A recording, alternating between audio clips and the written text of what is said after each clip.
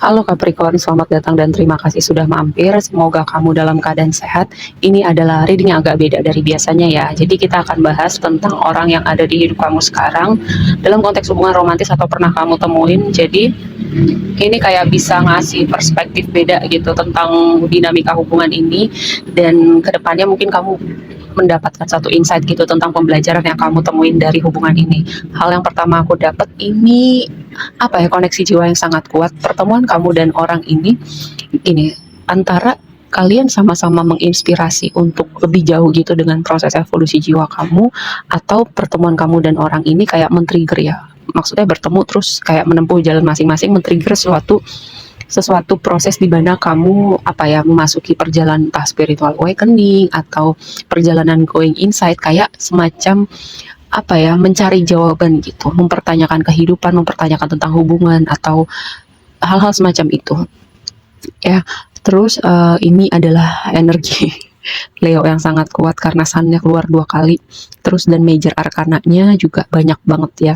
Jadi ini sesuatu yang sangat signifikan sih buat dinamika hubungan ini, sangat signifikan buat kalian berdua gitu. Kayak aku pernah bilang, pasti di hidup kita tuh kita pernah sekali ketemu dengan satu hubungan yang setelahnya kita nggak akan pernah sama gitu. Either kita stay atau kita jalan masing-masing, hidup kita nggak akan pernah sama lagi. Terus kita pakai orang A dan orang B, kita mulai dulu dari orang A, nanti kamu ambil resonate yang mana buat kamu ya. Atau dinamikanya ini bisa kayak dua-duanya gitu loh. Jadi kayak kamu bisa berada di posisi orang A sekaligus orang B gitu, karena energi itu bisa dua arah. Orang A, kita mulai dia direpresentasikan sama Sun gitu. Sun itu pertama energi Leo gitu. Terus nggak Leo juga nggak apa-apa gitu ya. Tapi Sun itu kalau higher vibrationnya ini adalah energi optimis, energi kreativitas, energi inner child yang pulih gitu, atau inner child yang sehat gitu. Kamu bisa melihat dunia dengan damai, aman, optimis selalu. Kalaupun ada tantangan gitu, kamu nggak merasa tantangan itu bisa menghentikan jalan kamu gitu. Tapi kalau dari lower vibration ya bisa jadi apa ya, kekanak-kanakan, bisa jadi kayak nggak bisa kontrol impulsnya dia, atau nggak punya planning sama hidup. Terus juga mungkin ya faktor anak tuh signifikan dalam hubungan ini. Maksudnya dia orang yang misalnya udah berumah tangga sebelumnya terus punya anak gitu, terus dan itu signifikan untuk membuat dia keputusan hubungan dia yang akan dia temuin atau hubungan dia setelah pernikahan yang sebelumnya itu ya, jadi signifikan. Terus orang B itu direpresentasikan sama judgment gitu. Ini energi Pluto, dan Pluto itu adalah konstan evolusi gitu. Jadi entah dia dengan sadar untuk terus mengupgrade dirinya, atau kayak dia menemui banyak, kayak semesta menghadirkan banyak situasi di hidup dia di mana dia mau nggak mau terus berubah gitu loh, dia sadar ataupun enggak ya. Apa yang membuat orang A tertarik sama orang B? Si orang A ini kayak melihat orang B, kan pasti ketika kita kenal seseorang, kita pasti akan tahu tentang cerita hidupnya gitu. Dia kagum dengan kekuatan si orang B gitu. Menghadapi banyak badai kehidupan, meninggalkan situasi-situasi di mana biasanya itu sulit untuk ditinggalkan gitu ya. Tapi dia kayak bisa gitu, tahu titik di mana merasa sudah cukup dengan sebuah situasi dan ditinggalkan, atau kayak hidupnya itu banyak badai ya, banyak badai, dan dia tetap kuat gitu, tetap bisa berjalan walaupun kadang tertatih-tatih. Kayak ada sesuatu tentang kekuatan diri si orang B ini, di mana yang tadi aku bilang energi evolusi atau transformasi yang konstan, perubahan gitu. Mungkin dia banyak berpindah tempat, mungkin dia banyak ketemu tantangan dalam keluarganya, dalam hidupnya, pekerjaan gitu.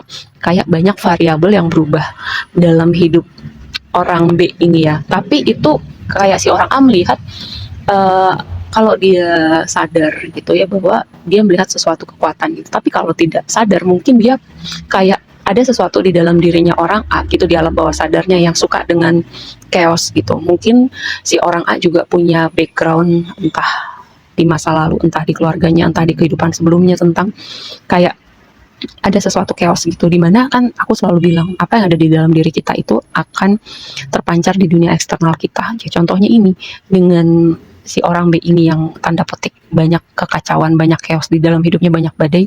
Jadi energi itu kayak saling attract gitu loh antara dinamika si orang A dan orang B ini. Lalu yang membuat orang B tertarik sama orang A adalah Entah kenapa aku terpikir kayak si orang B ini melihat bahwa hidupnya dia itu terlalu serius gitu. Ya itu bisa dimengerti dengan banyak hal yang udah dilewatin, kayak si orang A ini bisa memberi warna yang sedikit ceria dengan keceriaan dia, optimismenya dia, dengan inner child energy yang kayak pure innocence gitu loh. Itu dia yang melihat si orang A ini bisa memberikan warna seperti itu di hidupnya orang B ya. Sebenarnya tema seri kali ini orang yang pernah ada atau ada sekarang gitu ya, tapi aku ini lebih melihat orang yang ada sekarang atau orang yang kamu akan temuin gitu. Karena energi oracle-nya itu cakra hati. Cakra hati itu kalau udah cakra hati ke atas gitu, cakra hati, cakra tenggorokan, terus mata ketiga dan crown cakra gitu yang ada di mahkota kepala kita, itu udah cakra perjalanan spiritual sih gitu, dimana kamu dan orang ini sama-sama udah melewati banyak hal dulu sebelumnya, dan advice kalian itu direpresentasikan sama temperance gitu. Jadi kayak ada energi alkemi, ada menggabungkan dua elemen atau dua kepribadian yang sepertinya bertolak belakang atau backgroundnya tuh beda banget, tapi ini jadi sesuatu yang saling melengkapi gitu sih. Sama seperti orang B ini melihat orang A ini seperti sosok yang menyejukkan, mendamaikan, atau kayak memberi sesuatu ketenangan gitu di tengah dunia dia yang chaos gitu. Kayak walaupun seluruh dunia chaos, kayak si orang A ini memberikan rasa stabil, rasa aman, optimisme untuk si orang B gitu.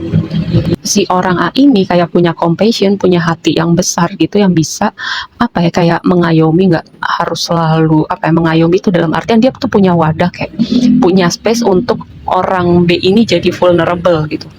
Dimana nggak semua hubungan tuh bisa seperti itu ya, kecuali udah tiap individu di dalamnya sama-sama udah berproses gitu dengan segala hal yang ada di dalam dirinya, dengan trauma-traumanya, luka masa lalunya, untuk bisa memberikan ruang kepada pasangannya untuk sama-sama vulnerable gitu. Tapi aku bisa melihat dalam dinamika ini sebuah hubungan yang bisa sih gitu, ketika rapuh baik orang A maupun orang B sama-sama bisa jadi tempat untuk bersandar gitu. Dan juga gini, di sini di bawahnya temperance itu kan ada Knight of Swords ya. Knight of Swords itu kan biasanya energi orang muda gitu, tapi di sini Knight of Swords-nya adalah orang yang udah tua gitu, udah berpengalaman, udah punya apa ya, kapasitas nggak cuman kecerdasan tapi juga kebijaksanaan menurut aku. Dan dalam dinamika ini aku melihat kayak sisi seriusnya ada, sisi funnya juga ada gitu. Makanya tadi energi temperance gitu, ini adalah energi yang saling melengkapi, menyeimbangkan, dan saling mengisi gitu. Walaupun terlihatnya backgroundnya tuh beda banget gitu, tapi ini jadi dua orang yang saling melengkapi sih. Jadi kalaupun jadi berubah ya dari judul serinya, tapi ini adalah yang menurut aku ya, ini orang yang ada sekarang atau yang akan kamu temuin nantinya sih. Oke, aku rasa segitu aja dulu readingnya kali ini. Semoga bermanfaat dan sampai ketemu di reading berikutnya ya. Bye.